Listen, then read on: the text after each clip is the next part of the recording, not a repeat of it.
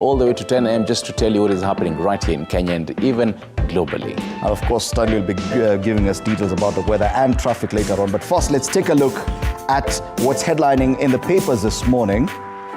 And yes, on the Standard, Dreams of Champions, the continued coverage of the KCSE 2023 exam results. Standard continuing with that follow-up. Let's take a look at other dailies. On the Daily Nation, the same. Small schools that fell giants. Embu Day School, for example, sends 49 of its 79 candidates to university. Another KCSE headline. On the Star, a different headline, murder is Mwangaza victim of police probe. That's a big headline on the Star this morning, totally different from what we've seen on the first two local dailies. Let's take a look at another one. Miamba wapya kwenye gazeti la Taifa Leo, shule ndogo ndogo za tiafora katika KCSE. Still matters KCSE. Do we have any other dailies? Mystery of a 7,000 missing candidates. Still on KCSE, this is a People Daily, meaning that in Kenya, the biggest talking point is still matters KCSE 2023. Yes, Business Daily, of course, something different. Winners and losers from the shilling's record fall. Windfall for exporters, expatriates and remittance recipients. For lovers of business, a nice headline there. If we cross the border to Tanzania, government proposes a fresh foreign policy revision. That's the Citizen. And I think we also have another daily from Tanzania. The Mwananchi, bandari ya Bagamoyo yawasili. I think there's more wording below here. Bandari ya Bagamoyo yawasili matters to do with the ports of Bagamoyo. And in Uganda, the Daily Monitor, what's headlining there? Billions paid to ghost workers, new audit finds. Something totally different in Uganda. We'll be looking at these dailies shortly with my colleague Stanley. But first, Stanley, I know you have a lot more in terms of the highlights and even the weather. Most definitely. We'll start with the weather this particular morning. It's 5 minutes past 6 a.m. So definitely it's about to be, and it's still chilly. So 17 degrees Celsius. Well, feels like 18 degrees Celsius at the moment. Partly cloudy. Precipitation 0%. That means chances of it raining are 0% this particular morning. If you're thinking about your gumboots and all that, your umbrella, don't even think about it. Humidity 78%, wind 8 kilometers per hour. So that is for today, on Wednesday. But we can also take a look at for tomorrow. We do expect the same weather, but then a bit of rain there all the way to next week on Friday for the same. This particular weather seems to be the same, 17 degrees, about 18 degrees Celsius. Until at around 8 a.m. and then from around 9 a.m. the temperatures start to rise just a bit, 19 degrees Celsius until around 11 a.m. Do expect a little of some showers in different parts, about 60%, at around 4 p.m. there, and around 3 p.m. 23 degrees Celsius. Let's take a look at some bit of traffic.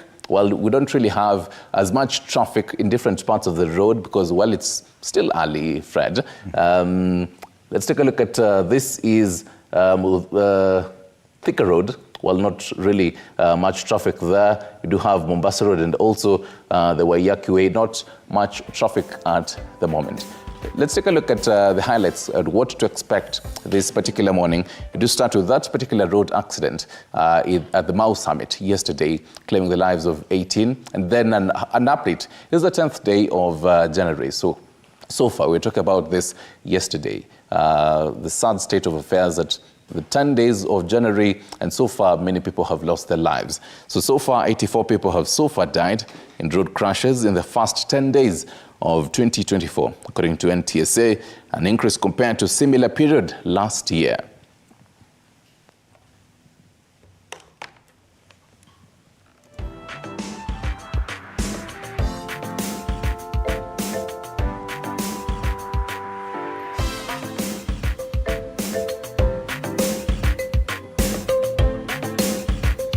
Right, and away from that, MPs now threatened to impeach Treasury Cabinet Secretary Njuguna Ndung'u over delays in disbursement of the National Government Constituency Development Fund, NGCDF.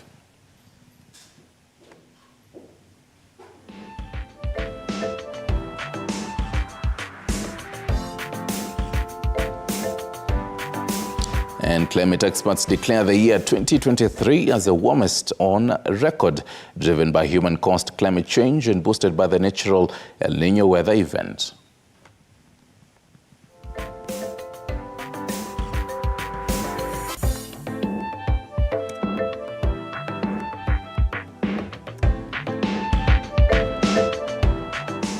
Right, and that is on today's highlights. That particular story on matters climate change really has to reflect on the whole weather that we're seeing this particular morning. But then to the top story. Yes, the top story mirrors your top highlight, and 84 people have died in road crashes in the first 10 days of 2024. Now, compared to 72 in a similar period last year. Now, according to number from the National Transport Safety Authority, pedestrians comprised the highest number of fatalities over that period at 31. With motorcyclists coming second at 23. Over the same period, 16 motor vehicle passengers died, while 6 were riding on motorbikes as passengers. The other fatalities included 7 motor vehicle drivers and 1 pedal cyclist. Yesterday, about 18 people died along the Nakuru-Eldoret highway when a bus collided head-on with a passenger van. Police have blamed the accident on failure by the bus to observe lane discipline.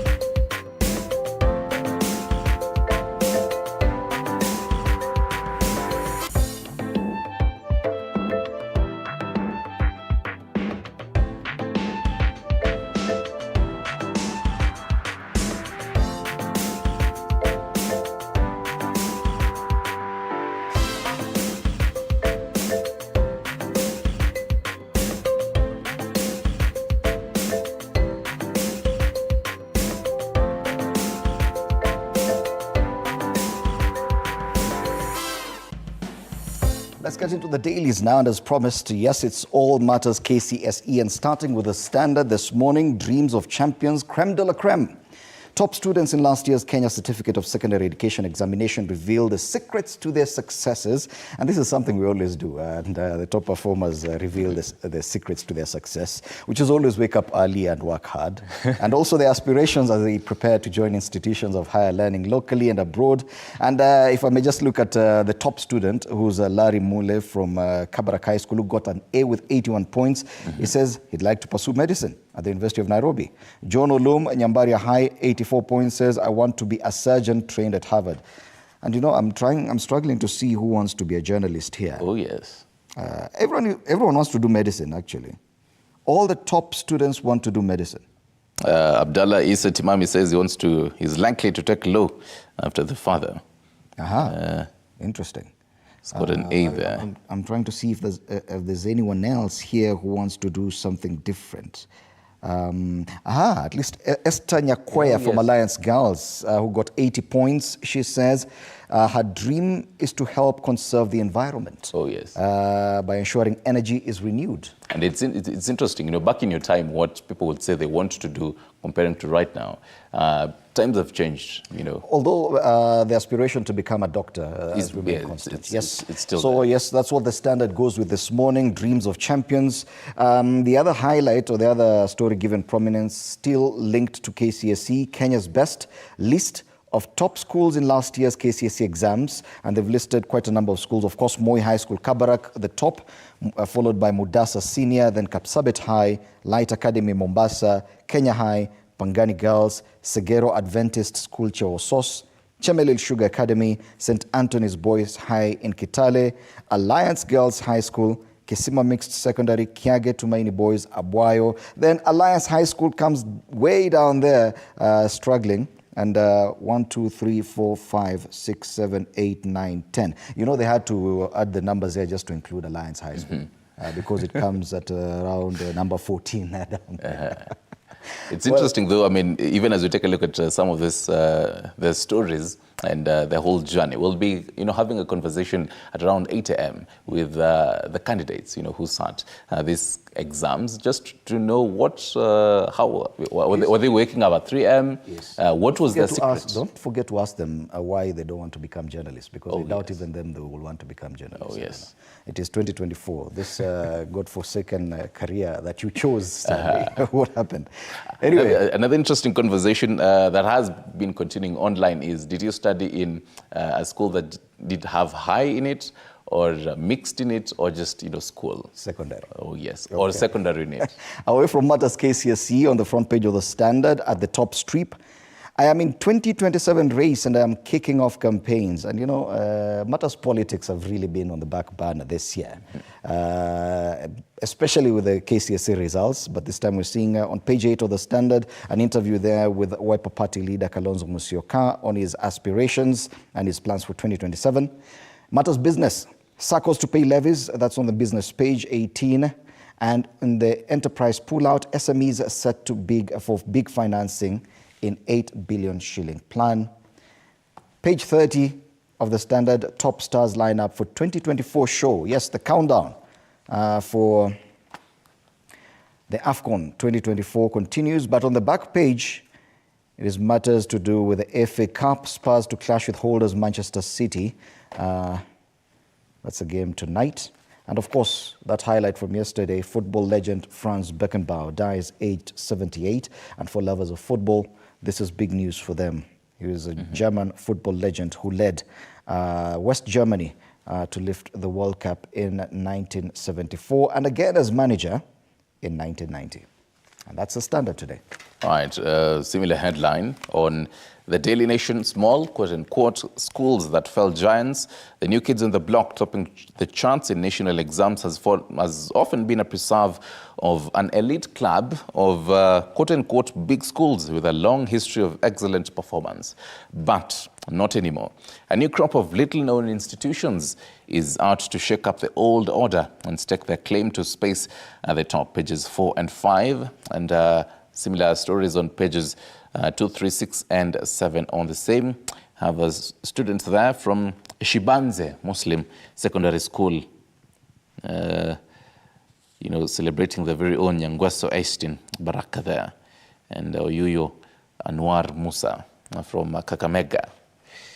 Sometimes schools can be quite mouthy. The name of the school, Shibanze Muslim Mixed plus. Comes even be quite mouthy to write it. There are others like Abuyefwe Friends School. It is there on page 3. On the bottom scroll, when technology failed exams agency, yet again, still on the whole KCSE, students, parents and schools were on Monday thrown into confusion. And they received conflicting results of the KCSE from the website of the examinations body. Fred, speaking of matters, technology, because I'm privileged to be speaking to someone who was very curious on that fateful day to see how things were going on. How was it as a parent? This time around, there was no SMS, so you just needed to log into the KNEC portal. It was pretty straightforward within 1 hour or so. Of course, initially, once the results were announced, there was a lot of traffic on the site, but after a few hours, everything was straightforward. So during that time, there was a whole confusion, Yes. People trying to log in. As expected, when everyone is trying to log in at the same time to any portal or website, there has to be some downtime. All right. Yes. Other stories making headlines on the front page of the Daily Nation, on the right side, speeding to blame for crash that claimed 15, say witnesses. That is on page 12. And just below that, one highlight that we also had, highlights MPs in threat to impeach Ndungu over CDF delays drawn from both Kenya Kwanza and Azimio Coalition. They said learners from poor families who depend on bursaries to pay fees risk being turned away from schools. That is on page 11. And we'll be seeing how that will be moving on. So basically, just to have a quote from Otiende Amolo, that story is on page 11, real quick. So Otiende Amolo says, Rarieda MP, not a single cent has been dispersed from NGCDF, with the consequence that pupils and students are stranded all over the country. We should have received at least 75% on the money by now, which is around 43 billion. But to date, we haven't received anything, despite some utterances that you may have had elsewhere. This is according to Rarieda MP Otiende Amolo. Matters Health, still on that right side of Daily Nation. 6 students stuck in India as EduAfya cover dries up. For 2 months now, Tofista, her daughter Rachel and the son have been in India to seek medical attention at the Sana International Hospital. She was assured that the EduAfya medical scheme will cater for her treatment cost, but she's now distressed. That is on page 14. And at the very top scroll there, NHC on the spot, over 3.2 billion unsold houses.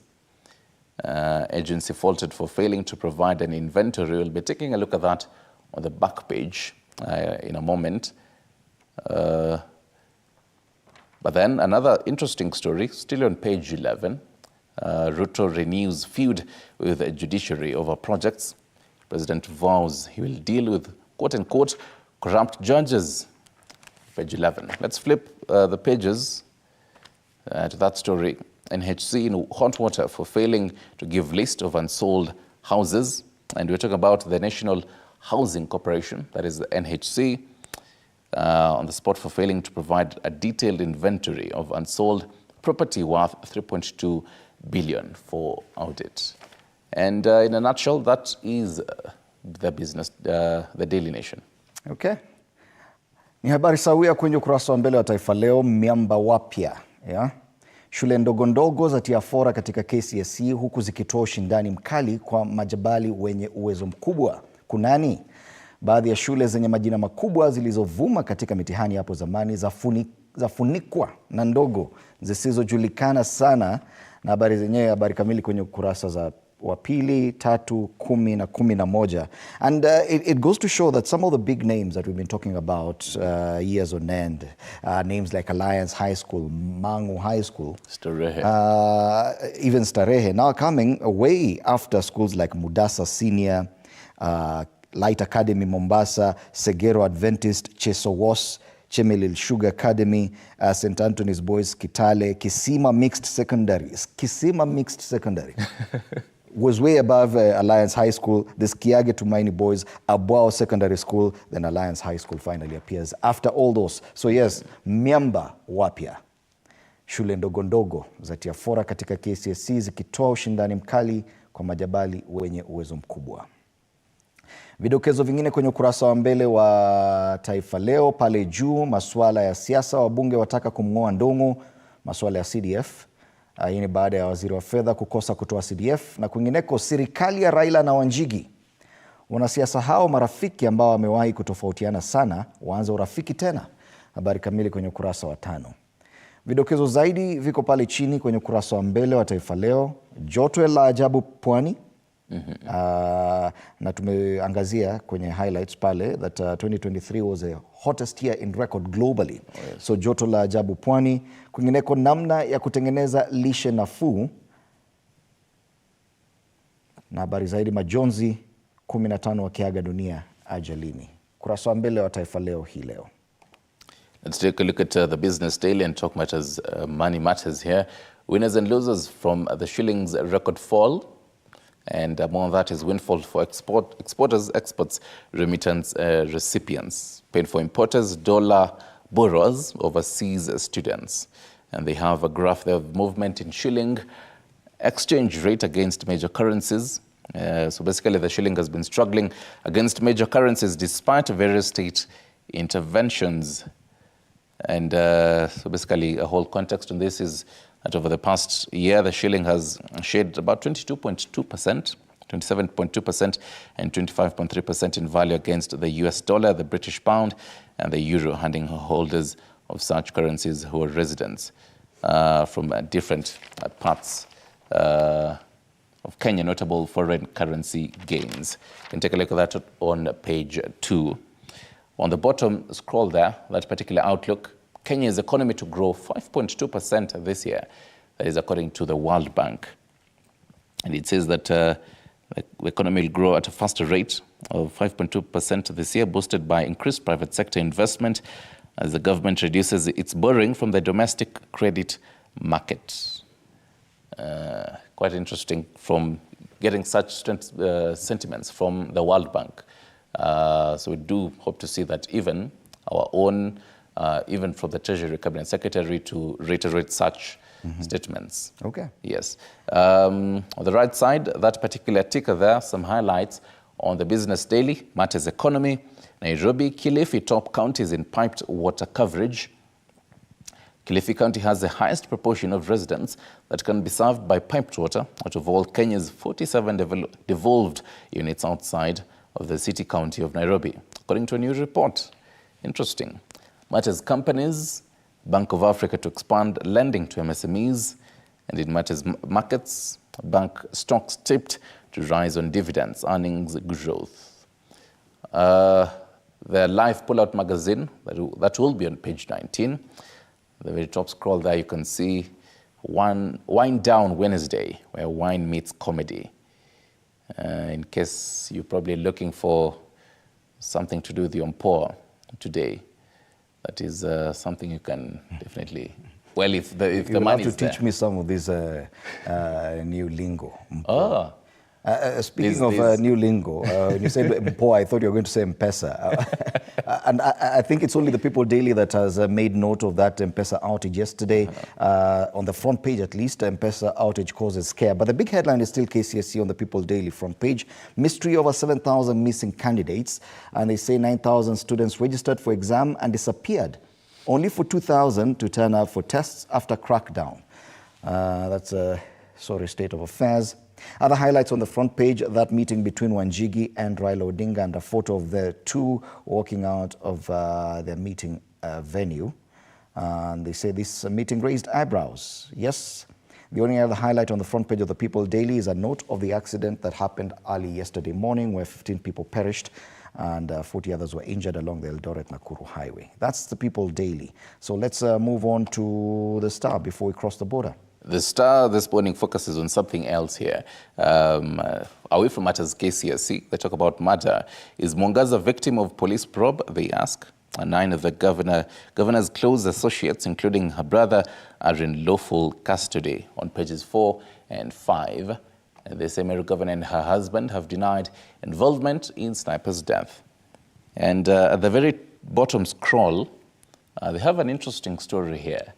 They say poor baby diet may be cause of D's in KCSE. That is according to the Minister of Health. What you eat matters even in exams. Oh, yes. Yeah. I'll tell you my secret. Fish, 2 eggs or 2 eggs. Every day. So yes, young mothers, be keen on what you're feeding your baby at this very early age. Usiende kuteseka 18 years later, you're asking, mbona unaniletea D? Kumbe jamaa amekuwa kila tu mahindi tupu. Oh, yes. I'm curious whether what kind of meal that is. Away from that, other stories making headlines on the Star, the very bottom scroll there. Varsities to lower cut-off points, a new policy change, and KU Hospital performs rare heart artery operation. Final highlight, the very top scroll, that is also reflecting on the Daily Nation.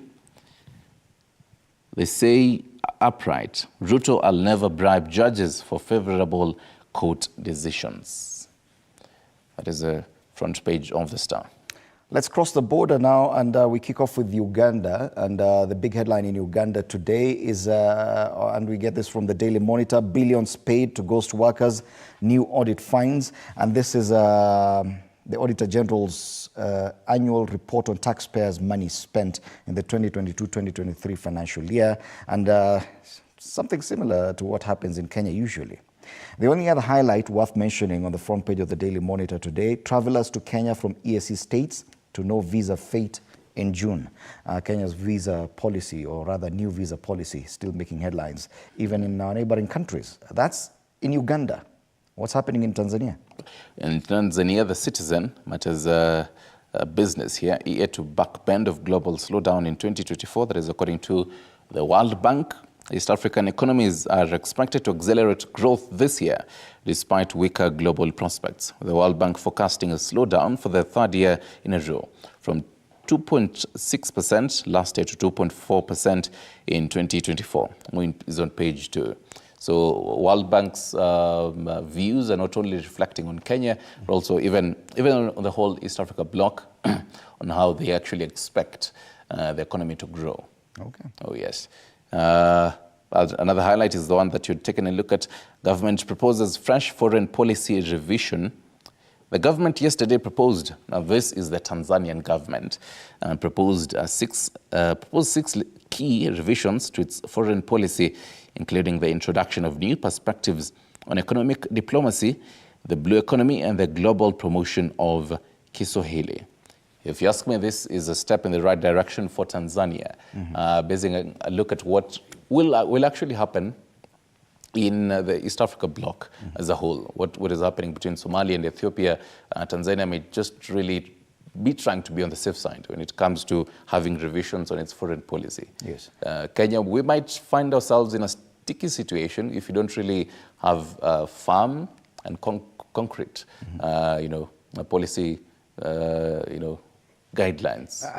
I appreciate the conversation that we're having now, even as a country, that we are a bit woke when it comes to our foreign relations policy. And talking about that, because it matters when it comes to economy, and on the Mwananchi, bandari ya Bagamoyo sasa yaja. Mamlaka ya bandari yatangaza kuanza kwa fedha za ndani kukaribisha ubia baadaye ni iliyokwama kipindi cha Magufuli. So developments in the Bagamoyo port that had stalled during Magufuli's time. And that's a big headline on Mwananchi. So many other highlights. It is a very busy page on the Mwananchi this morning. But the big headline, bandari ya Bagamoyo sasa yaja. Let's take a look at the cartoons now, back home. On page 12 of the Standard, they have, well, it has to do with what will be happening in as of Saturday. The Africa Cup of Nations, quite anticipating for that. And they have a corner there, a bus written Taifa Stars. That is Tanzania's national team there. And there's one player there. His jersey is written Kenya. He says, I guess we'll have to wait until 2027. There's another player there with red eyes, interestingly. He's probably crying, from Uganda. The Uganda Cranes. Nope, bro, me, I'll be there in 2025. And this bus is going to Cote d'Ivoire, where Cote d'Ivoire is playing host to the Africa Cup of Nations 2024, starting this Saturday. Yes. At least now the buzz is alive. You can actually tell there's something coming up. AFCON 2024. I remember we should be looking at this with interest because 2027 is coming. Oh, yes. We're going to be having we have the joint bid. Kenya, Tanzania and Uganda will be jointly hosting the AFCON 2027. On page 17 of the Daily Nation, it is matters to do with road safety. The cartoon there, huge sign, drive carefully, you really are on your own. A number of motorists on the road, but someone has actually sunk their head. In the mud? In the sand. Sand, yes. They're really looking away from what is happening on the roads, even as people die, because you remember our top story today has to do with the number of deaths on our roads this year alone.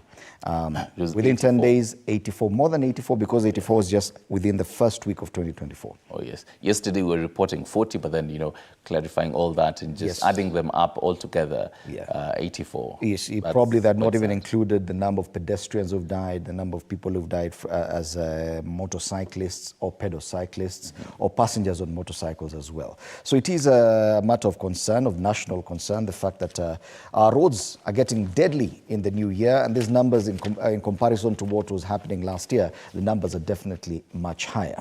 So those are the dailies this morning. Today we're looking at the state of the nation. And after the break, we're hoping to have two MPs. That's the MP Yata Robert Basile and MP Mbere North Geoffrey Ruku, alongside Strategic Communications Advisor of UDA Arnold Maliba and Suba Churchill, the Executive Director of the Kenya National Civil Society Center, to look at what are the highlights, even away from KCSE, should we be looking at. This will be the very first State of the Nation discussion we're having this year, so it will be a more forward-looking show. Do stand by for that, and you can be part of this show on social media, on X at TV47 News and on Facebook, TV47 Kenya. You're watching Morning Cafe.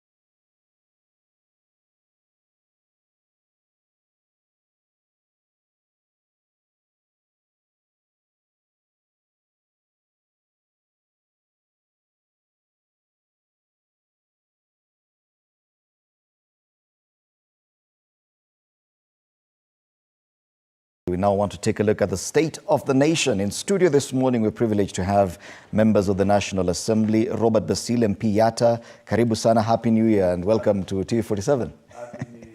Yeah, good to see you. Alongside MP Basil, we have Geoffrey Ruku, MP Mbeere North. Happy New Year and karibu sana. Happy New Year. Thank you so much. It is good to see you gentlemen in the new year.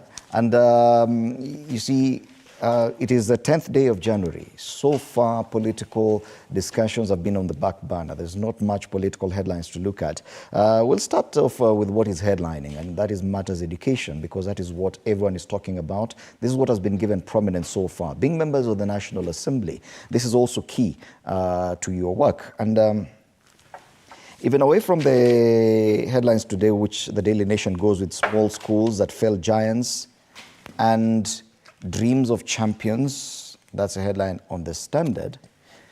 Away from the obvious congratulations and commendations given to those who perform very well, there is a huge issue of concern with the general performance in the national exams this year. Out of the over 900,000 candidates who sat for the exam, only 200,000 or so managed to make the cut for university, meaning over 600,000 people who sat for KCSE were on the lower end, the lower half in as far as performance is concerned, with those who scored the E grade being close to 50,000. And the question is, what do you say about an education system that produces a majority as failures instead of successes? Because out of 900,000, 2/3 are on the lower half. Let's start with you, Honorable Basil. First, thank you. I think what we need to look into, not just in terms of grading, but I think is the highest time we need to focus on a new model of education, more so a STEM form of education that is going to empower those who score less than the university to be able to have employability skills. Because currently we are more focusing on grades. But the grading system alone is not sufficient. Look at the number of students now getting two conflicting results. It's so shameful, and we need to have an overhaul of our education system. Otherwise, we are going to have people who can't fit in the job market, basically. Yes. Bwana Ruku, what are your sentiments about that? The fact that majority of those who sat for this exam, which will determine a lot about their lives and their careers going forward, are actually considered failures? Thank you. That has been the system, the education system, the 844 system for many years. The number of students who qualify to go for university from the time the 844 system started has been always a very small margin compared to the number of the students who sit for the exams. It is not surprising that the people in the Republic of Kenya, out of the 50 million Kenyans who have a degree, first degree, is not more than 2% of the population of the Republic of Kenya. That should not be the case. And that's why I think it is important to look at the education system. And CBC system, I think, is a good education system. The only thing we need to do is to invest, because it is very intensive in terms of the costs. So we need to seriously invest in the CBC system of education, which does not condemn anybody because of not having the cutoff marks to go to the university and other higher institutions of running. Number two, also the education managers, the people at the Ministry of Education, they need to be more innovative. They need to be more serious in their responsibility, their day-to-day mandate, because education is one of the most critical sector of any country, whether it is Kenya, whether it is United States of America, whether it is whichever country it is. Education is one of the most key sector than any other sector probably second after Are you security. concerned that probably as a country we are mishandling matters to do with education, where we oversee a nationwide process like this exam that considers or declares a majority of those who go through the process failures? Do you feel we are mishandling education to some extent? That has been the system. That has been the system. That is not because of the education managers. It is because of the way the system was tailored, that if you don't perform properly in English, in mathematics, whatever, if you get E's or D's, then automatically you are declared by the system, not by the education managers, as a failure. But I don't think the education managers have managed the education in the most appropriate way. We still have some gaps in managing our education system. We need more vibrant people, starting with the CS, starting with the PS, going all the way to the regional directors. Are you saying the current CS is not vibrant enough? Sorry? Are you saying the current CS is not probably the best person for the job? He is, yes, but if I was to give him a score, he has not attained my expectation as the CS of education. Let's, because now you've introduced the issue of CBC as probably the best remedy for this kind of issue. We're trying to get away from this kind of system that declares so many of our learners as failures as opposed to successes. But the CBC itself has encountered quite some challenges. As we speak right now, over 20,000 intern teachers are already down their tools. And those who've gone into grade 8, which is the very first cohort of CBC, are not being taught because teachers are not in class as it is. There has been confusion about the new curriculum and what learning areas are to be administered. That in itself raises questions about the handling of the transition from this old system to the new one. The same question: do you think as a nation we are mishandling education, even away from this KCSE matter, especially when it comes to CBC transition? Do you think it's being handled in the best way? Bwana Basil. If you look at the CBC, one, I don't think you are ready for the CBC. Because even the teachers who are supposed to implement CBC, most of them are not well trained to deliver the CBC. Number two, is very costly. The poor cannot afford. You can imagine a child is told bring quite a number of items, including chickens. So it's a very expensive model, and I don't think whether we need to have changed our system of education. If you look at Britain, for example, they still have a very old system of education: primary, secondary, high school, universities. But us, we change it so quickly, and then you ask yourself, the CBC system itself, did we do proper piloting? The infrastructure is not there. So there is so much to be done. And our system of education, I would say, is flawed.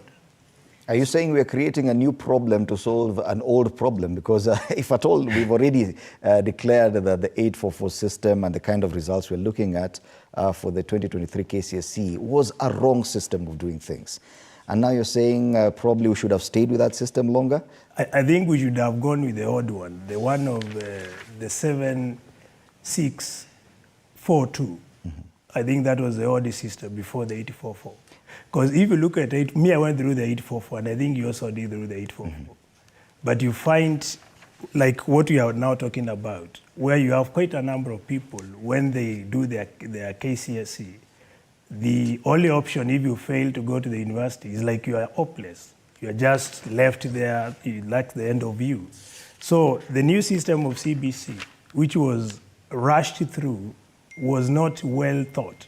Because as we speak today, there is no proper infrastructure to support CBC. Gentlemen, you are legislators. And you sit in the National Assembly. Yes, we do make laws. Yes. And that's why we need to have an evaluation, just to look into the CBC system. Because currently it's frustrating to so many parents. The teachers who are supposed to implement CBC, so many of them are frustrated. They are not well equipped to be able to deliver the model. Like, you know, as I've given you an example, if I this is a child, you are told to bring quite a number of practical items. And most of the parents who are struggling even to afford a meal, it becomes complex for them to be able to meet some of these requests.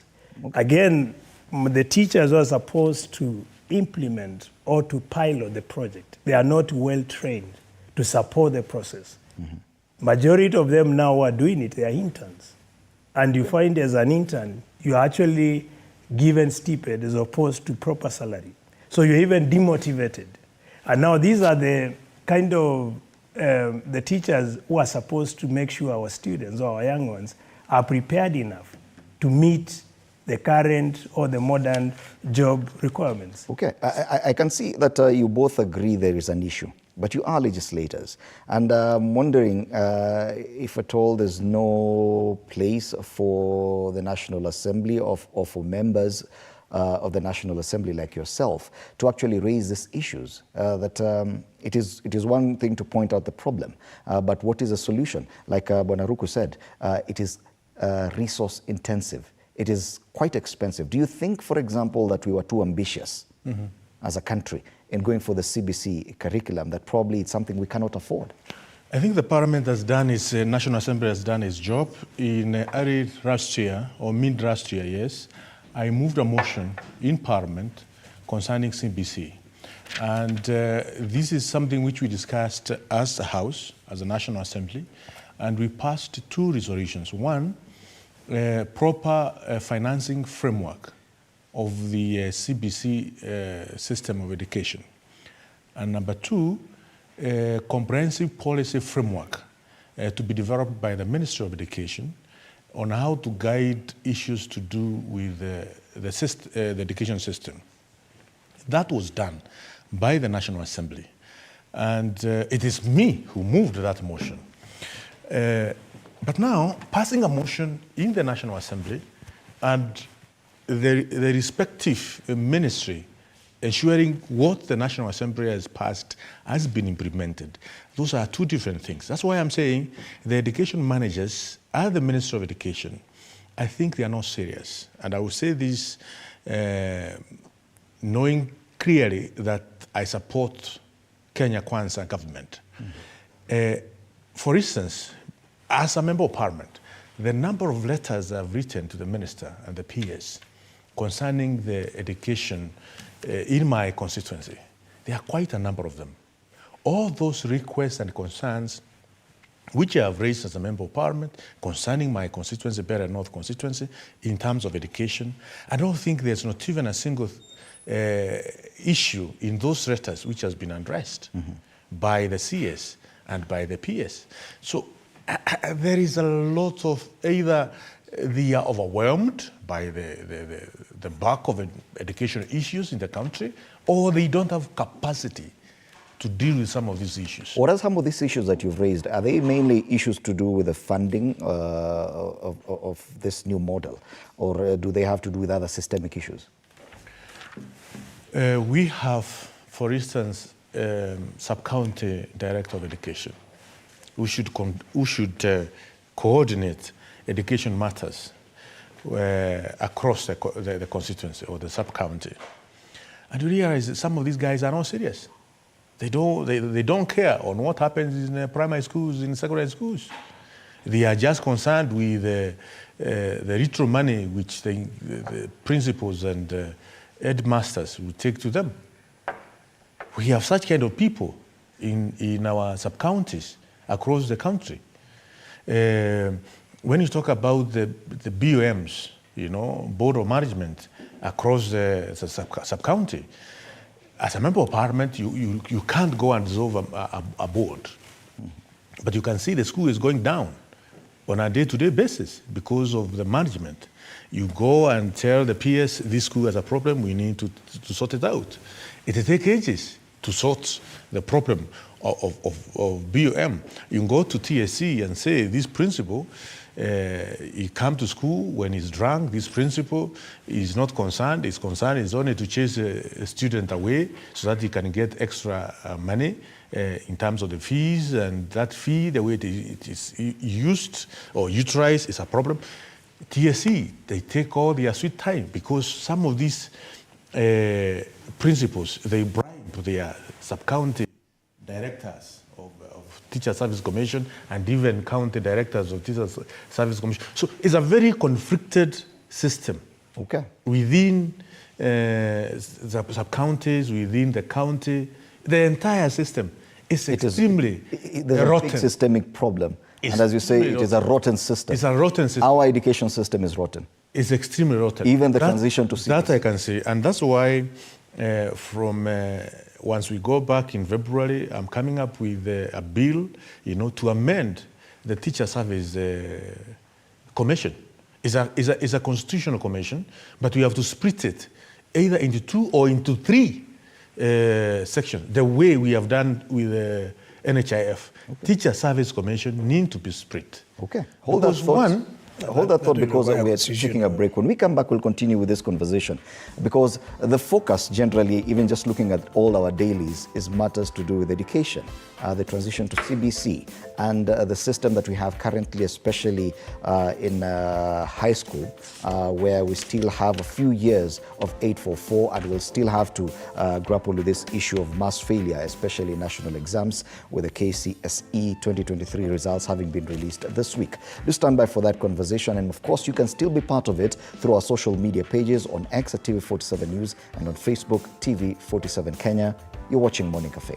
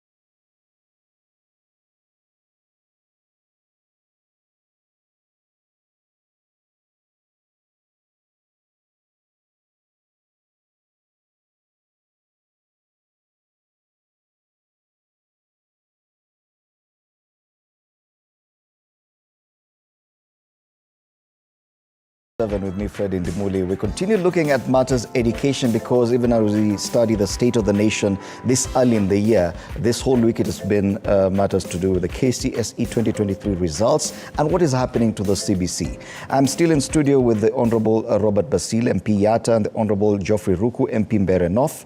I also want to welcome to the panel now Suba Churchill, Executive Director, Kenya National Civil Society Center. Happy New Year and karibu sana. It's good to see you in the new year. Pleasure to see you too. Yes. Also, Maliba Arnold, a familiar face on this panel, but now today has a new title, Strategic Communications Advisor, UDA. Happy New Year and congratulations on a new job. Thank you so much. Yes. And so now it is very clear that who you speak for, you speak on these matters. So, gentlemen, karibuni sana. Now, Suba and Maliba, just before the break, we conversed with the members of the National Assembly. What really is ailing the education sector? And my main question was, because we've seen that out of the 900,000 or so candidates who sat for the KCSE 2023, only about 200,000 met the CAT to join universities. But more concerning is the fact that more than half, about two-thirds actually, over 610,000 of these candidates are in the bottom half in as far as performance is concerned, meaning that even though, despite the fact that they did not meet the CAT for universities, they form the majority in as far as those people who have been ranked in this. And if you look at a normal curve, that should be, the bulge should be right somewhere in the middle. This bulge is more on the extreme end. And with 50,000 of these candidates having scored E, prompting the Ministry of Education to institute a probe. Bona Suba Churchill, what should we say about a system that produces more failures than successes? You know, part of the problem with our system of education, whether it's the 844 that we are living and the CBC, is the philosophy. For what purpose do people go to school? I think for a long time, and our British system has failed to identify you know, the different talents, bands that different individuals have. And those who enter the education system are normally measured in terms of how they excel to proceed to the next level, rather than the skills and expertise that they acquire and ability to do things practically. When the 844 system was introduced, we were told it was meant to achieve what the CBC, we are being told today, is supposed to achieve.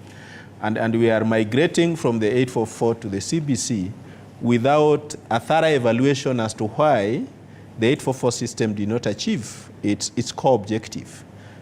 Because if you look at you know, the CBC properly, it's not different from when the 844 was being introduced. I remember people, you know, learners having even small miniature farms where they could demonstrate their skills in agriculture.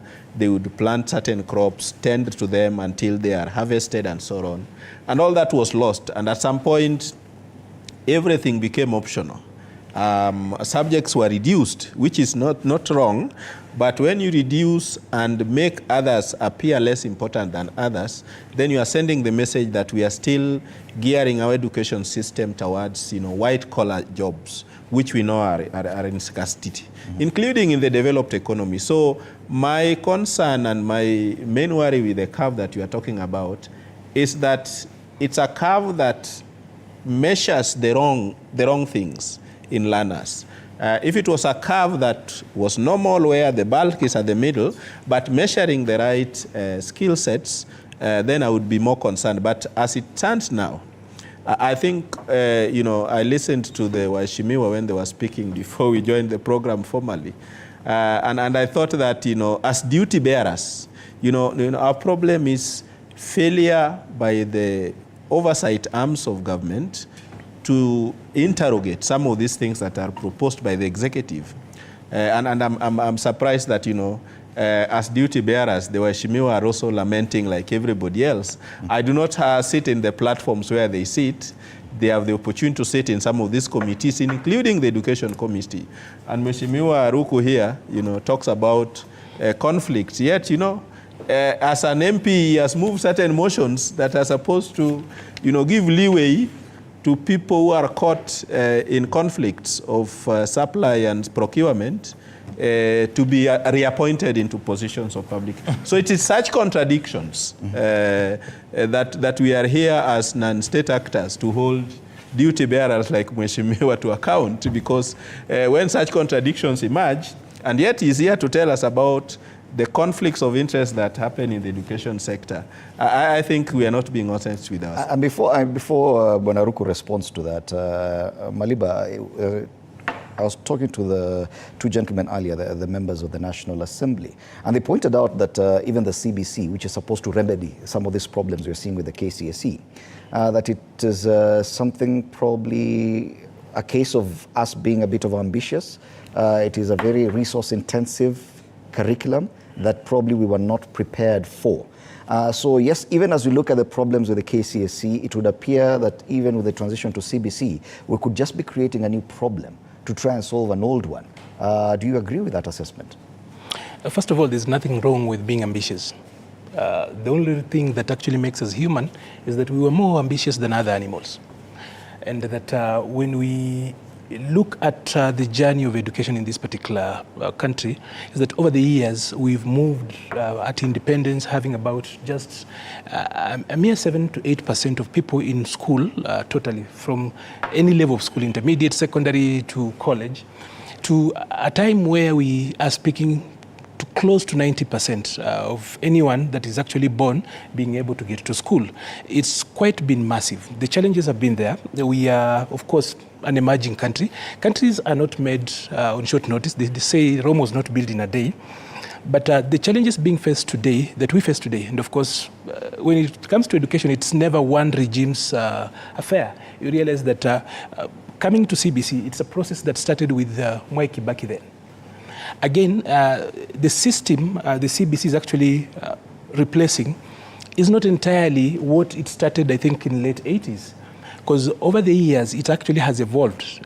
Every 5 years, the 844 system was evaluated and changed so many times that by the time we actually are moving to CBC, it almost looked like CBC. Only the practical end was different. But then we cannot use old maps to find new routes. The future of work is one of those things that we actually must look into. Tertiary spoke about the philosophy as to why people go to school. But then now there is the future of work, an evolving world. As we speak now, we are moving into the fourth industrial revolution. We call it Industry 4.0. And as we get there, you realize that a few things have actually changed, and quite drastically. That means that we have to adapt as a nation. The systems that we use to educate our people have to move on.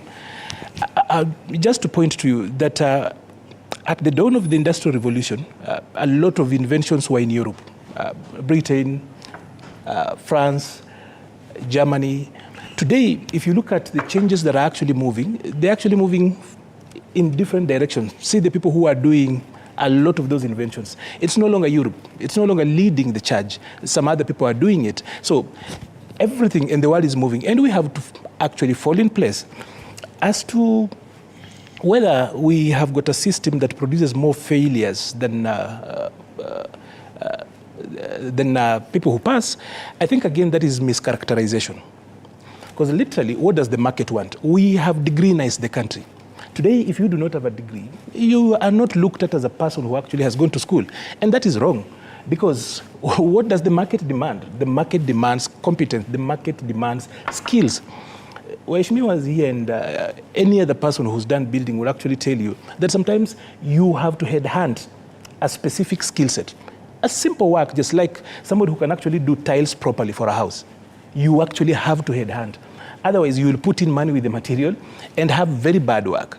You sometimes have to look for somebody to just do proper wiring, sometimes for a vehicle or even a house. So you look at the skills that the market demands, and they are not so much degree. The question is now. So when we have this discussion that we have as CBC, are we approaching it in the right way? You see, 844 was merit-based. being merit-based meant that we had few opportunities, and therefore we had to have a funnel that then brings in a few people. So it was designed to produce fewer successes? Well, with the opportunities as they were. And at that particular time, we were talking about agriculture as our backbone, the backbone of the economy. Today, from where we are moving, or rather to where we are going now, it means that we will need a radically different set of skills for the marketplace. Otherwise, if we continue to actually discuss education with the mindset of 844, because most of us here are 844 educated, then we probably are missing out on where the CBC is actually going. Two, the transition is quite chaotic for a simple reason. It's a massive operation. It's quite a massive operation. Moving, you guys used to be in Parklands, and then you came here. How long did it take you to move? And this is a very, let me say, a medium level business. It took you so many months. So imagine moving millions of people onto new platforms, new systems, everything afresh. So it talks about retraining, producing material, and resourcing. Subjecting, probably with all this chaos that you accept is there, especially during this transition, are we not subjecting a certain cohort of learners to an experiment that we may say is poorly funded? Bonabasil, we already have students in JSS. They've already done 1 year out of 3 of JSS with a curriculum that is still not yet clear. Some of the curriculum texts are still not ready. Teachers have already gone on strike. This 3 years was supposed to help them to identify pathways towards development of skill sets going forward. They're already in the middle of their JSS. Aren't we subjecting learners to and treating them as collateral damage, even as we take our time to try and get rid of the chaos? I'll agree with you, because you see, what is happening now, we are piloting and subjecting our young ones to a system that is not well tested. So in principle, I'm seeing a situation whereby our young ones, that's our students, will not be able to fit in the job market, because the JSS system is as it is. As I've indicated, the infrastructure is not there to support the JSS system. That is number one. Number two, the teachers who are supposed to pilot the project are not well equipped with the knowledge that they are supposed to impart to these young ones. Number three, this system of education, if you ask yourself, where was it borrowed from? If you look at Japan and the Asian tigers, they adopted a system we call STEM. STEM means science, technology, engineering, and mathematics.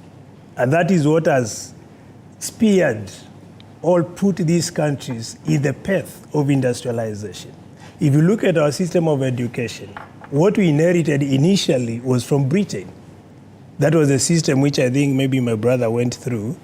And then it was changed to 844, which myself, you, and majority of the members here went through. Now we realize there's a problem. Then Kibaki now changed from 844 to what is now being termed as CBC. If you look at the CBC, even the compulsory subjects, how would you use the religious studies as a compulsory subject as opposed to computer sciences? And we are in an exponential age where technology is very key, is pertinent to development. So how do you expect our students to be prepared to fit in the contemporary world? The answer is no. And it is the time now, as not only members of parliament alone, all the stakeholders, to rethink through and borrow from the best.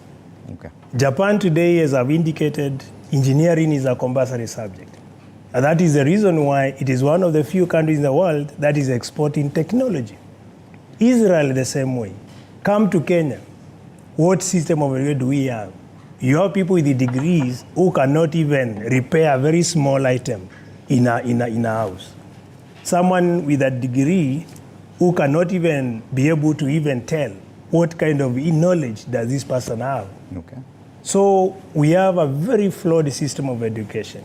And it is a pity we are still sitting on it, and someone is not thinking on how to have a proper change to be able to prepare our students to fit in the modern world and the challenges of today. But Naruku, you must agree with Sube Churchill that it is very uncomfortable to sit down and listen to legislators just lay down the problem the way Bwana Basili is doing, and yet you are supposed to be the ones oversighting all this. It is a national issue.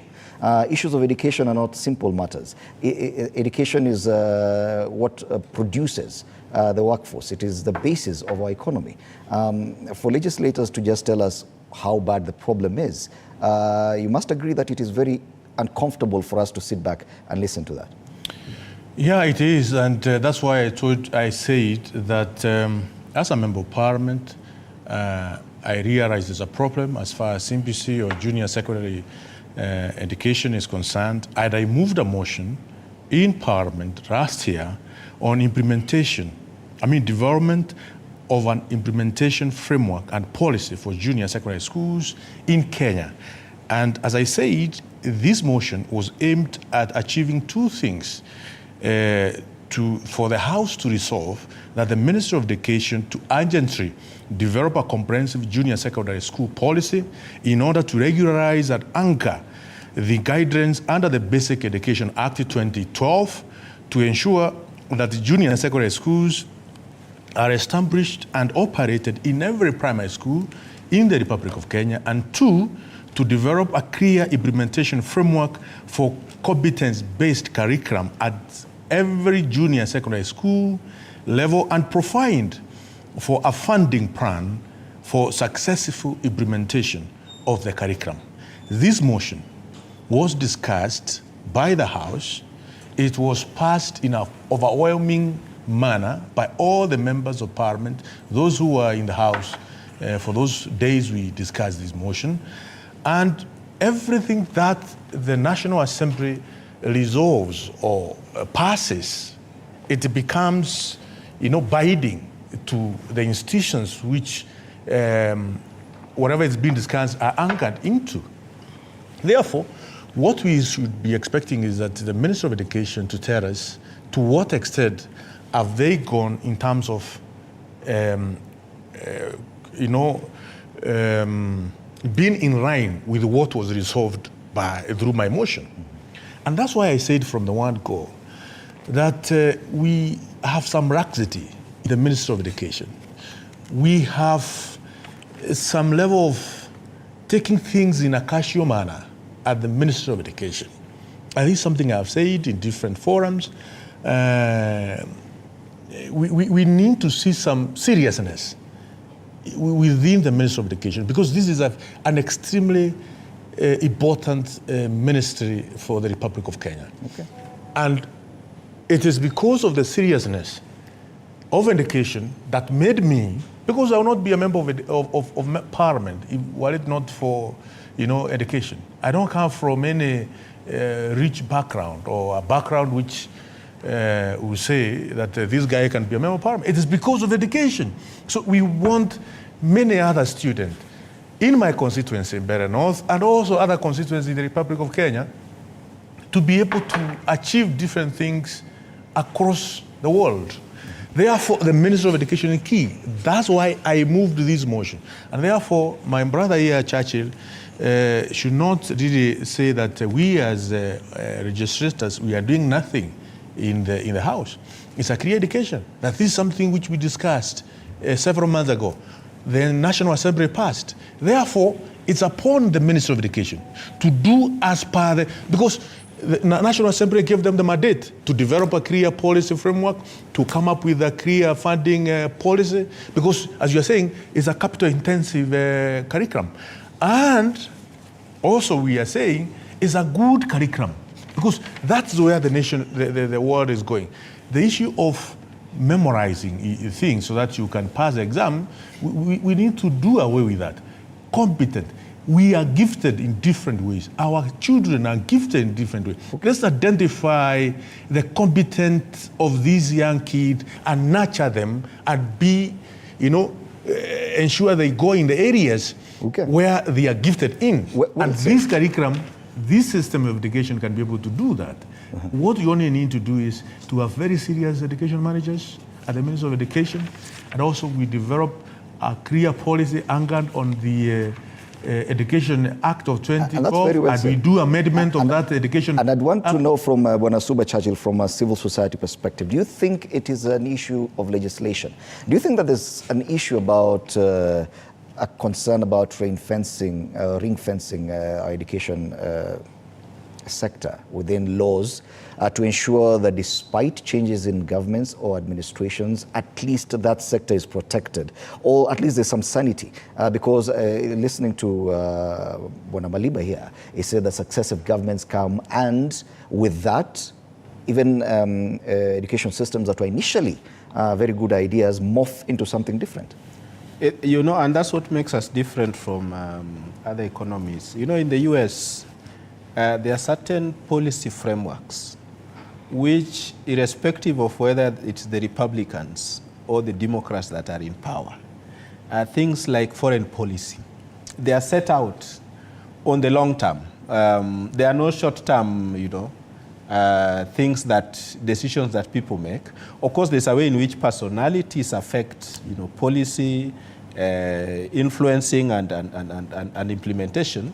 But at the core of the policy, it will be something that is in the best interest of the United States of America, for example.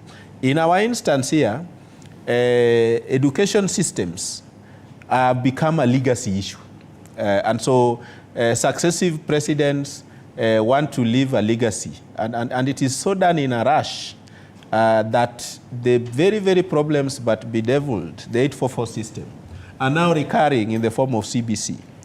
What we have, the problem we have with the education system is inadequate resourcing. That for me is the main thing. Whether it is financial, whether it is human resource. Look at the junior secondary school, where in most instances we have 2 teachers. Some who trained to teach English, being asked to teach chemistry, being asked to teach physics, because there are only 2 and the learners must cover all the subjects. And so they are ill-equipped for that. That's not what they majored on during their training and even education. And so that's the crisis we have. So we are treating a whole generation like guinea pigs in a situation that could have been planned differently as we continued with the old system and until such a time that we are prepared. Look at how we have even messed it up further. We have all these, cut and paste, housing policy, social insurance and health and so on, that also require a lot of resourcing. And so Kenyans today have been taxed to the bone and they can no longer produce more taxes. What does the regime do?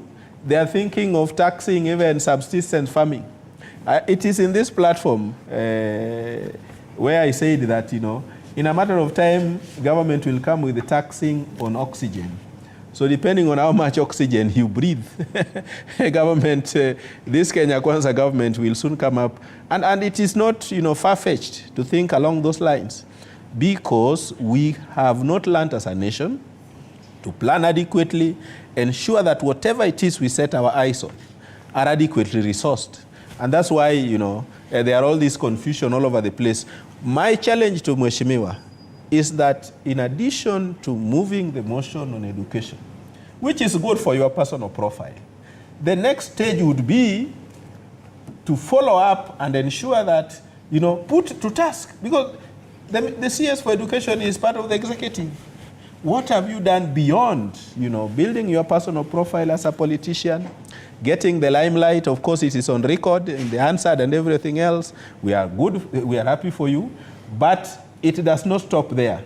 It is not enough to say that you are a supporter of the Kenya Kwanza government, hence your lack of follow-up on what, in your view and in my view, was a good idea, merely because it is the Kenya Kwanza government that is in power. Okay. Now, talking about resources, because we all agree resources are key in implementing the new curriculum.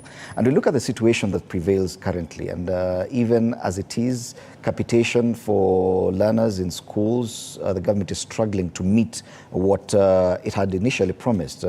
Even for free secondary education, for example, out of an expected 22,000 per learner, the government is only able to disburse about 16 or slightly above 15,000, which is about 7,000 less per learner countrywide. The high schools were already asking for 30,000 per learner, which means that the expectation was that money would be more towards education. With that kind of, if I may call it, austerity measure, is it possible to still say that we can pursue this dream of the CBC conclusively, for it to actually be beneficial to the learners? You said yourself, it is very resource intensive. We are in agreement we don't have the money. You know, when you do not have enough, does it mean you abandon the journey? If you do not have enough money in the house, does it mean that we forego a meal entirely? Not really. What I hear on this table is what I would want to call the 844 bias and privilege. A lot of the people sitting out here are the cream of what the 844, some of the best minds that 844 would actually come in. Churchill is probably what you will define as the epitome of when 844 had actually just caught up. So there is a lot of the prism. We are talking from a prism. We still, you know, every system still believes that, every generation has always believed that it's the greatest generation. When I was in school, I would hear people who say that during our time, the older generation, speaking about during our time, class 4 was the same as class 8, which is not true. You would hear people say that from 12, or rather class 12, which is I think from 4, was the same as a college degree. You've had those conversations. They were so common. It's a privilege and this self-belief by every generation that theirs was the best, which is not a bad thing. Everybody feels like during their lifetime, that is when noon occurs, whether it's the noon of anything. But be that as it may, there are few notions here that I think are not right, especially if you actually have been around here following current affairs. Number one, the CBC thing has not been rushed. It's been here, like I said, it's been here for the last about 15 years being developed. We started, the last generation when we morphed the subjects from the 8 we were doing initially, they were 12, and then when at the examinable level they were 8, moving them up to 5, it was moving towards where we are today. It's taken years. There has been piloting inside 844 before we actually crossed over. What we have largely is because all of us, and I've seen Mheshimiwa here talk about STEM, but the future of work, STEM will actually be so thin. In the future of work, anything that can be automated will be done away with. Anything that can be automated. So the people who think, journalists, artists, writers, those are the people of the future. Policy thinking. Some professions like law could even go, could actually go extinct. So if you look at what we call the 4th Industrial Revolution, characterized by 3 things. Number one, the Internet of Things, big data, and IR, that is artificial intelligence. No one really knows to what scale that is actually going to change humanity. So if we remain with that mentality of old, that them that do sciences were the best and that is where we are headed, what number is Japan today? The US is losing out on its edge, and you realize the people in arts, the people with other talents, and that is where CBC is actually taking us. That again, we also have to move away. I've seen that here repeatedly. We need to move away from the notion that that degree is everything anyone ever needs to actually succeed. Even the degree in itself, one of those misunderstandings we had during our time was a degree was a meal card. And that is why you still have that notion or a feeling of entitlement for anyone who holds a paper called a degree, that once I have a degree, I deserve a job as of right. The truth is that your degree is a license to hunt. If you have got a license to hunt and you go to the forest and you don't do your work well, you will go home empty-handed.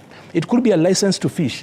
If you go to fish and you have been allowed to go to the lake or the ocean or the river and you don't bring fish home, you will go to bed hungry. But the aspect of making education look like it's a meal card, it's an entitlement, that when you show up with it, you get a job automatically, that is what CBC is trying to remedy. That when you go to school, education should come with a little bit of mobility and freedom. This mobility should be for you to become anything. That is why we are told, go and read. At the time you're saying that our form of CBC is probably, our system of implementing CBC is what is wrong. No, that, it's we us. probably made it a bit too expensive for Not us. really. It's us parents with our 844 bias, 844 privilege, who really do not want to put time to this, and we still, as you know, we are a very noisy democracy, and that is actually good. We love to have conversations. The truth is that what is happening is not really far from what we've been doing. It's only that we don't like. Changes are always reflected. Everybody wants change, like everybody wants to go to heaven, but no one really wants to go through the vagaries of the changes and time that actually come around that. So I'll tell you something. For the last about 10 to 13 years, we've put about 30 billion shillings into the TVET sector. We've redone the curriculum. In the days of old, by the way, when we went to school, when you went the trade system, you would never translate to go back to the academic system. Today now, we've actually done away with the dotted line. If you started as a tradesman, craftsman, you can actually translate that today. That is why we have got institutions like the Kenya National Qualifications Authority. We've reworked around, because education, and I need to repeat this, education for us is a pathway to the workplace, a pathway to work. So we must actually make it as flexible as possible, and the outcome of the people. And I want to give an example of somebody on this particular table. Super Churchill is actually a vet doctor. Does he look like? All of you know him as a person in the governance space, and he does it so well. He is actually a representation of the fact that with education, there's a little bit of freedom and mobility, so that we do not get people. If you have actually done medicine, we cannot deploy you anywhere, regardless of the other competencies that you will come up with. So CBC is simply trying to actually ensure that the square pegs in round holes like Churchill actually fit properly in the marketplace without necessarily wasting resources. The other concern now is about the fact that we are still perpetrating this notion that education is for the wealthy, even with the CBC. You just look at the example of at least a CBC implementation in private primary schools as opposed to public primary schools. Right now there's a whole debate about NGCDF, and I know Honorable Basil, you're there, and there are even threats to impeach the Treasury CS over delays in releasing that, because bursaries are being needed. People going to public primary schools in your constituency and in Mbeere North, they are all waiting for bursaries. But parents were able to take their parents without necessarily waiting for CBC, for CDF, have already paid for private school, and the children are studying CBC with laboratories and all these things. With the delays in release of CDF, it means those in Yatta waiting to join public schools are disadvantaged. Don't you think we are perpetrating that system where education and even the new system is now ready just for the wealthy? Well, I wanted to respond to him before I answer you, more so to tell him, because I've noted he's an advisor to UDA, although on communication. But I wanted to tell him that STEM education is different from what he's thinking, and I want to make reference to Kenya. Do you know we manufacture nothing as a country? And we actually are net importer of all what we consume, you know? And one of the reasons why we import everything is because our system of education does not prepare our people to be able to be manufacturers. And for us to reverse this trend, that's why we are suggesting we need to copy from the best. Today, yes, allow me. It's okay. I'll just allow him to finish, and then I'll respond to that. If you look at Kenya today, most of what we are consuming, including what you are wearing, you are importing. And we are talking over 70, close to 70 years since we got independence, basically, where we are still importing everything. The reason why this is happening is because our model of education does not prepare our people to be able to industrialize, to be part of solution making. So when you talk of STEM that is going to be extinct at some point in the near future, I think you are mistaken. And you need to read to understand where we are and where the world is moving to. Okay. Now, when it comes to what you are talking about, there's a huge disparity now. Education system today, particularly the best education system for those with the money. That's why most of the teachers, even those who are teaching public schools, they are struggling to take their students to private schools, which is basically a paradox. The poor are the one left with the CBC system we are talking about in public schools. And when we talk of the delay, the disbursement of CDF, Like yesterday, what we were doing, we were petitioning the government as people's representative, because we are supposed to represent particularly the most poor, whose students are back at home. They are not able to take them to school. And when the delay is taking long, or there's procrastinated distribution of CDF resources, it means the poor will continue remaining at home when the rich, their students are at school. And we cannot allow to have that level of disparity continuing. That's why you saw us yesterday, regardless of our political affiliation, standing with the Mwananchi, telling the government, particularly the CS, enough is enough. If you ask the CS, his students or his pupil, his children, they're in school now. But majority of the people who are taxpayers, who are overburdened with the taxes, their children are back at home. So we cannot bury our hands under the sun. Okay. And we are talking of now we are left with 5 months to close of the financial year. If you talk of capitation, do you know by last year, the 2022-2023 financial year, only 78% of the capitation money was remitted to schools. 22% was not remitted. Now we are in a new financial year, and we have passed 2 budgets in Parliament. The initial one in June 2023 and the supplementary budget. And you can imagine 2 budgets being passed in Parliament, and we have never received a penny for both the bursary and development projects. And if you recall, in 2023, the new taxes were introduced in the disguise that the government will be able to generate more revenue to meet the debt obligations, repay recurrent expenditures, and be able to afford development projects. Okay. But that has not happened. So it is bringing a lot of questions and answers as to what is going on. And Maliba, you'll allow me, because I know you want to respond, but I don't want us to lose this line of thought about commercialization of education, because it's a key issue. You'll get to respond later. Bwana Ruku, we are commercializing education in Kenya. You must agree that even looking at the results, KCSE results, that only particular schools which receive particular kind of resources are able to attract more students. And even for Form 1 selection, everyone wanted to go to particular schools, which in essence even denies government capitation from other local schools. This is an issue that should be relooked at, but no one is talking about it. What I would say is that Kenya Kwanza government has invested every in education sector. The budget we passed in Parliament, education was the highest, was the first in terms of the budget allocation. About 690 billion Kenya shilling going to Ministry of Education. That is huge amount of money. So it's upon the education managers to be able to utilize those resources properly and ensure everything is properly aligned as far as Kenya Kwanza manifesto is concerned. If you remember, the president was a bit disappointed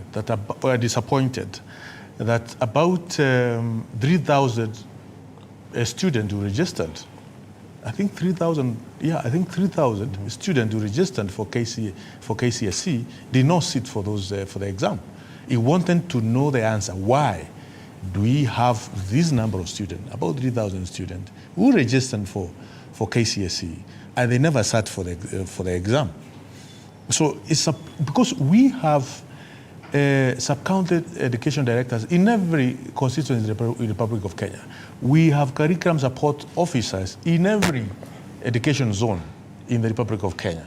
So this, some of these things should be answered with the precision, without beating about the bush.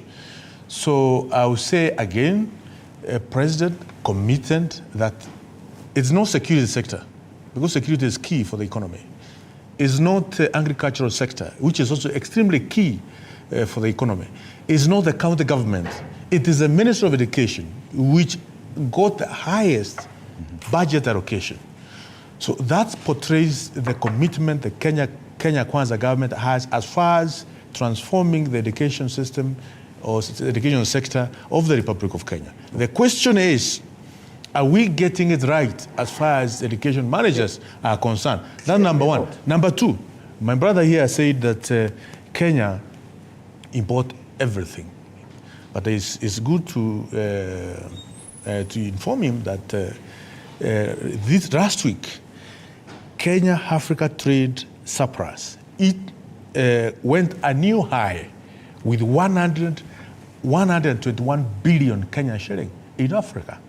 Okay. From COVID-19 3 years ago to now, the African trade as a surplus of 121 billion Kenyan shilling, and where e-bots went down with 2.8%. Okay. So what does that mean? It means the Kenyan economy is in the right direction. We cannot be buying things which we have not added value. It means there are quite a number of things which have been value added within our economy and exported to other economies within and because our of time, trading I'd like partners. to give Bwana Suba Churchill an opportunity to talk about the disparity and the issue about commercialization of education, where wealth directly translates to better education, and this is to the general public, that those who depend on public education with the delays and issues of bureaucracy in government are definitely disadvantaged. You know, it's a contradiction, because education quite often is described as the equalizer. And so you'd expect that when we are talking about education and opportunities, that would be able to, would endeavor to equip, public schools almost in the same manner that, those who have invested in private schooling systems have also equipped theirs.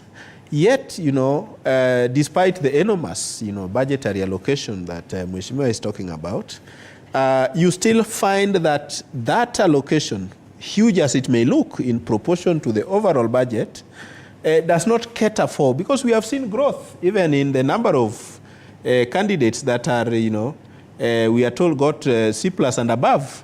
In 2022, we had about 170-something thousand. This time around, it is 200,000 plus. That is a sign of growth.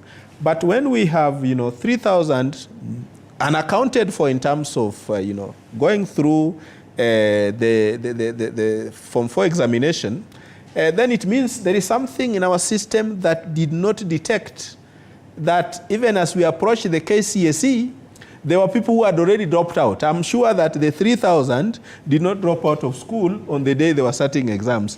They had dropped out a little earlier.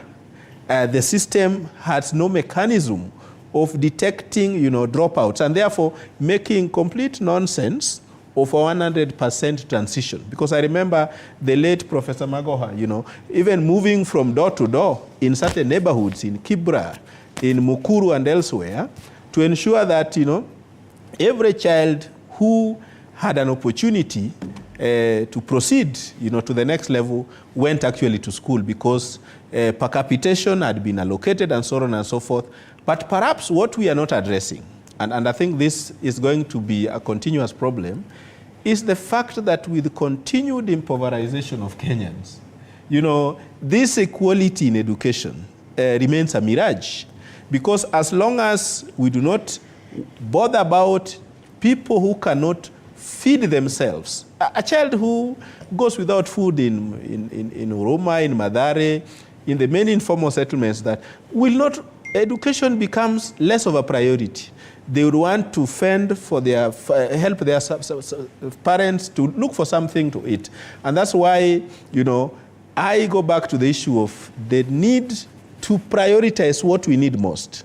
If you ask me today, I will tell you that, other than, if we could invest more, increase per capita, this CDF that Mheshimiwa want to strike about, it is money from the national treasury.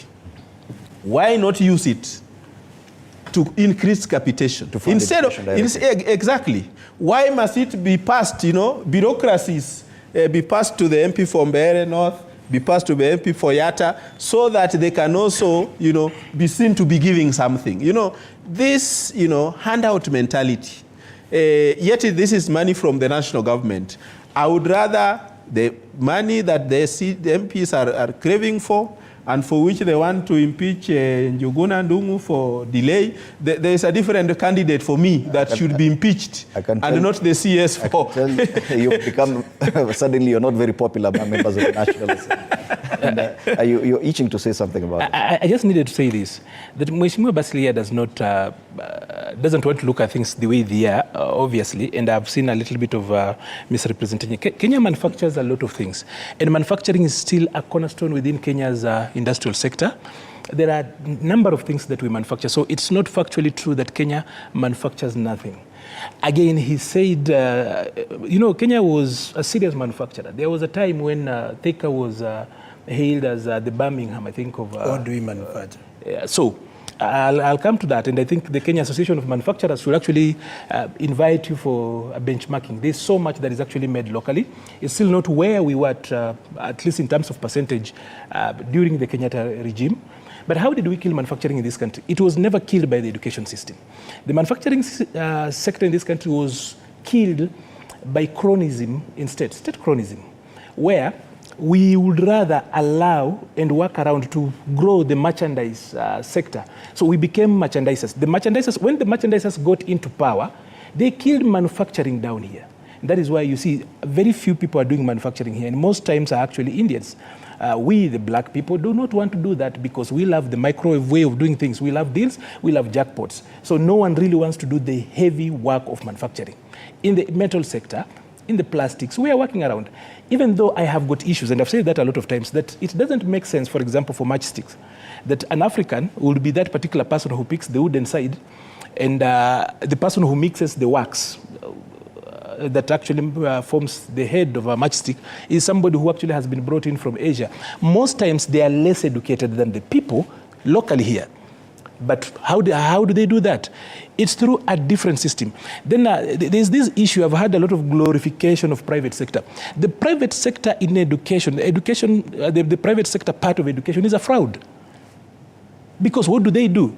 Initially, they only are so big on primary education sector. And do you know why they do that? It was purposefully set up to rig access to public secondary schools. Aren't we doing this? Very few. No. The CBC actually has leveled. That's why when you see headlines like small schools that fail giants, it actually flies in the face of deliberate policy. Do you know why? Because what do we do? That CBC in private primary schools, at least they're able to have the resources. Can I execute that point before I lose that? The whole idea of widening the scope and doing away with this privilege. Initially, we only had 17 legacy national schools. And if you hadn't gone to any of those, there was no guarantee that you were going to university. What did we do? We came up with the newer centers of excellence, balanced out, so that then when a school in Kisii becomes number one, we do not then rush to say that they stole exams.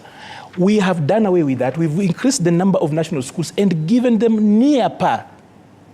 And even before coming up with those new national schools, we first of all established them. If there is a place where bureaucracy, systems actually take place, it's actually in the education system. And the people who even propose the new system are the people in the sector, not outsiders. So, if you come out here, show me private secondary schools out there. They are less than 2%. But when it comes to primary schools, they are so big. So that is then what forced government again to come up with the quota system. Because what happened is that people like Mheshimiwa Ruku, people with a little bit of money, would then take their children to the top private schools so that they go to the alliances of this world. They rig. That is rigging of. It's a systematic way of rigging a system. So then we came up with a quota system that will then ensure that a child somewhere in a less equipped school somewhere with 300 probably and 60 can still go to Kenya High, and not necessarily every child who has gone, I'm sorry to mention schools, for example, St. Hannah's, he has got access to better resources to education. So what is CBC doing away? CBC is actually bringing in a little bit of an equalizer within. Systems are difficult. You know, it's easy to criticize a government. Very, very easy. Just like it's easy for us, we who support football, to criticize players. But once you are on the pitch, you realize that it's a different ballgame. So over the time, you can actually see policy interventions. And that is why in the policy cycle, I hear Mheshimiwa here was complaining about a motion he passed and it's not been implemented.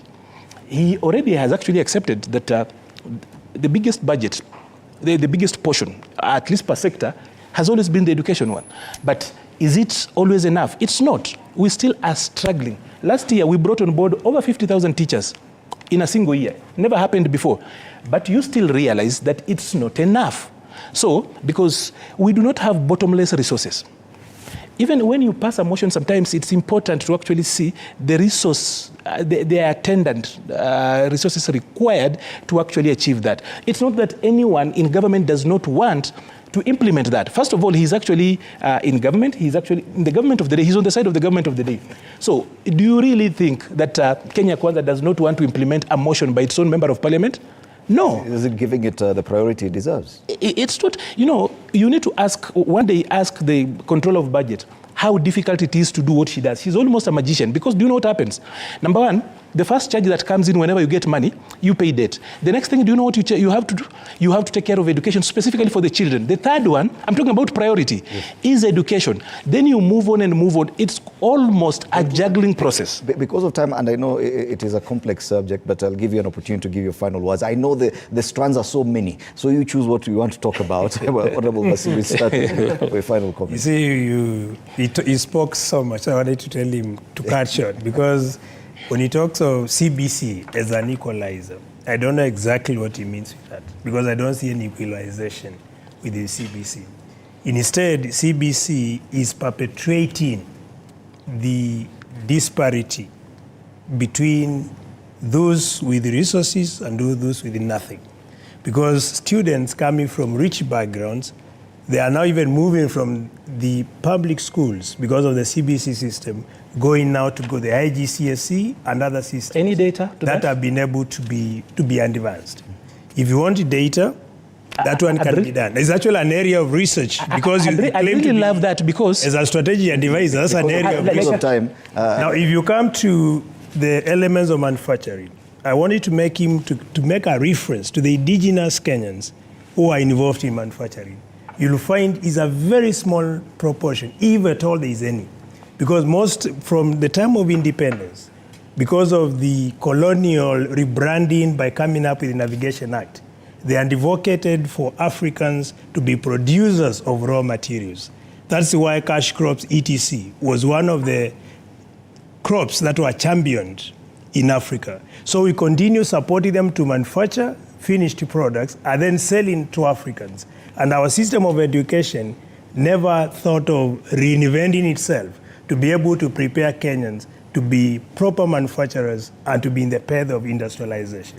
That is what I'm saying. Our system of education is not working. We need to be honest to ourselves.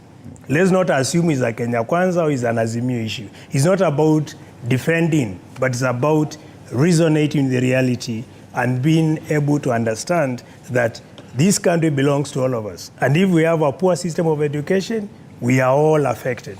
Okay. If we have a good system of education, it's a progress for the entire nation. So that's the message I'm telling my brother, because they seem to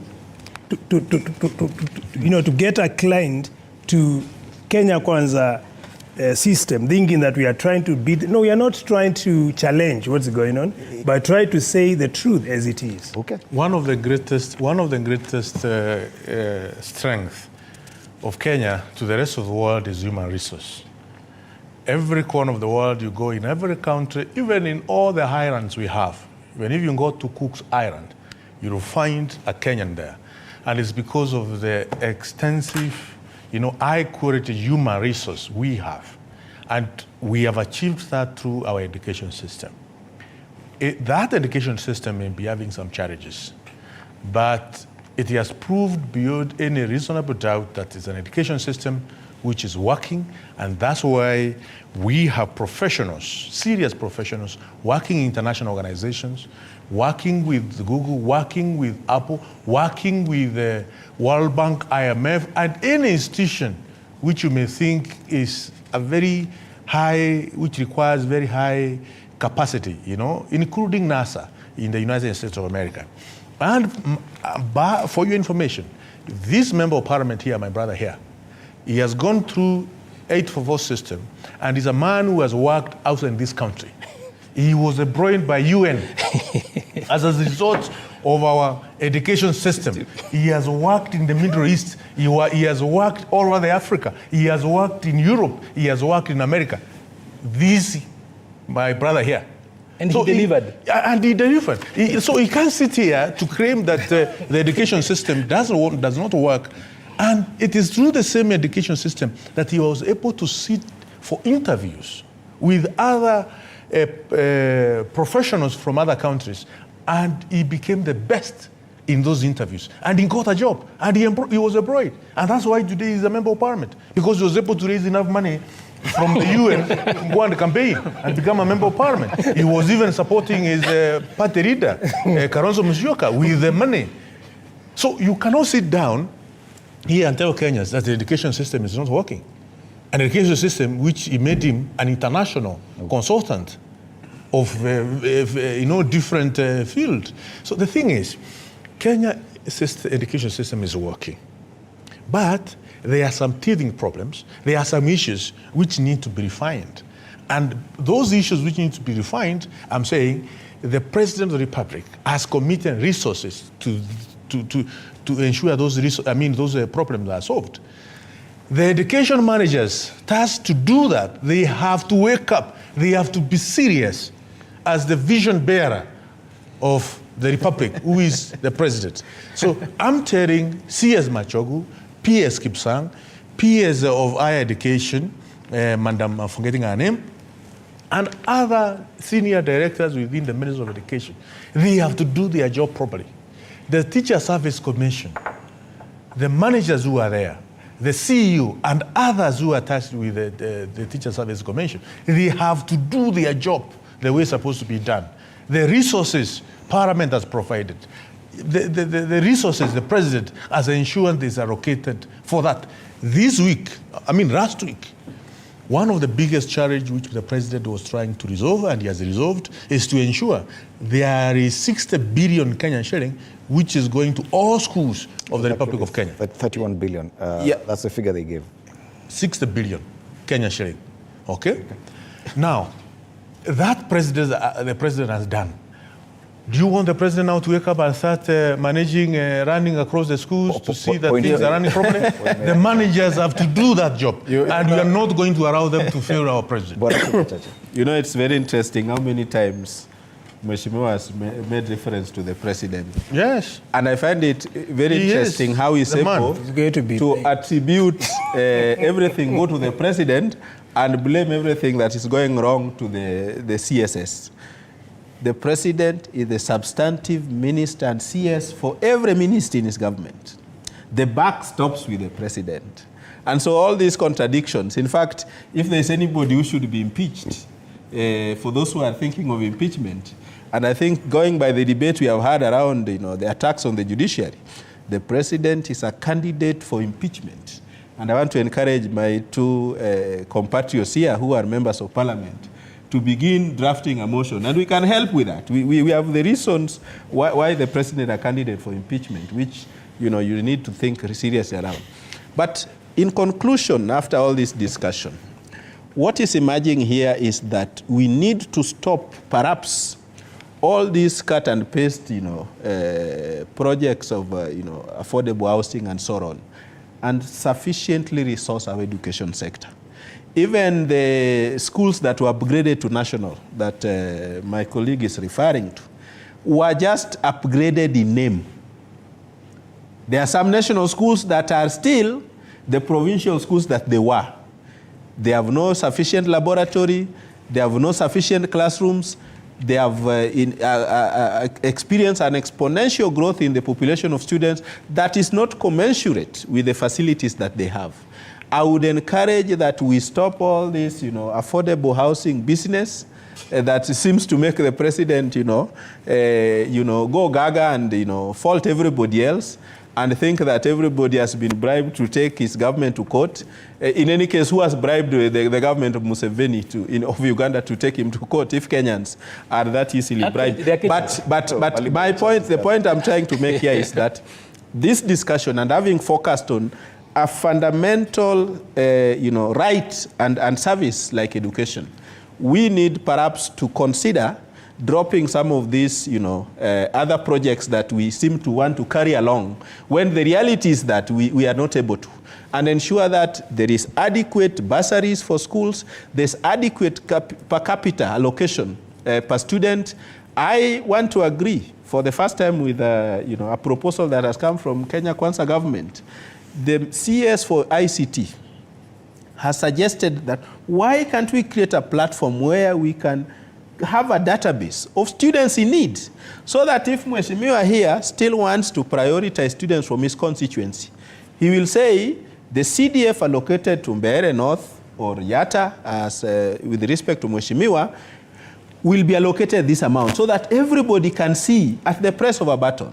And I think it's an idea that we should pursue, because that is part of the only ways we can ensure that there's equity and equality in the education system. Okay, thank you. Baliba, you have 2 minutes. Number one, I've realized people took more than 2 minutes, but you want to give me a head shave, it's okay. First of all, there's a word called oikophobia. You can look it up. It's self-hate, most likely of your own kind, your own society, your own country. The trend of oikophobia is actually coached in this particular country on, in the name of oversight. So you actually are going to find Kenyans who hate Kenyans so much that the only news they really want to latch on is which is negative. You can see that trend on social media. I've actually seen that a little bit of a streak of that in Mheshimiwa, that Kenyans have got this this disposition to go out there and to only see bad things about themselves.